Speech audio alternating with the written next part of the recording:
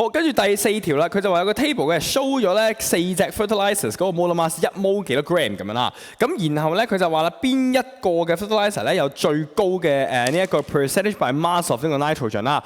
咁 percentage by mass of nitrogen 咧，其實就係指緊咧喺個重量入邊咧，究竟有幾多 percent 係屬於 nitrogen 嘅。咁所以每一個咧都係可以用呢個方式計翻，就係咧你本身成嚿嘢嗰個嘅 molar mass 啦。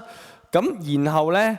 就呢個分母，咁啊分子係咩咧？就係你有幾多個 n，OK 成問號個 n，OK，n 就係14.0啦。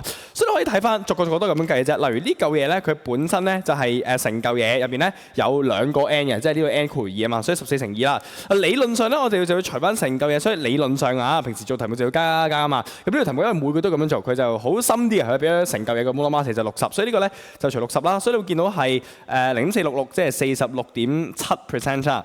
跟住咧下邊啊，咁ammonium nitrate 有2個 n 嘅14乘2啦，跟住除翻成嚿嘢就會係80，咁啊，所以就會係35.0% 啦。